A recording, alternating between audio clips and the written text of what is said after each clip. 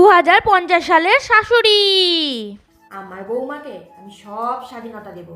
বৌমার যেটা ঠিক মনে হবে আমার বৌমা সেটাই করবে। বিয়ের আগে ছেলেকে বলে দিব, যদি বিয়ে করতে চাস তাহলে একটা বাড়ি কর আগে। বৌমা যেমন তার বাবা মাকে ছেড়ে তোর কাছে আসবে, তোকেও তেমন বাবা মাকে ছেড়ে বৌমার কাছে যেতে হবে। তোর বাড়িতে তোরা থাকবি আর আমাদের বাড়িতে আমরা বুড়া বুড়ি মিলে থাকবো। হ্যাঁ, মাঝে মধ্যে ঘুরতে আসবি, আমাদের শরীর অসুস্থ হলে দেখাশোনা করতে আসবি, তারপর আবার নিজের বাড়িতে চলে যাবি।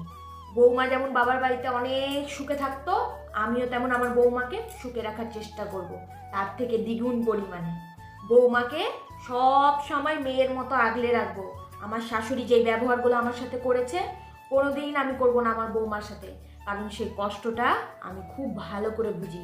আর সেই কষ্টগুলো না কাউকে বলে বোঝানো যায় না। এই বয়সে বৌমার সাথে একটু ভালো ব্যবহার করব, কারণ বয়স হলে তখন তার আমাদের শরীর চলবে না, তখন তো বৌমাকেই আমাদের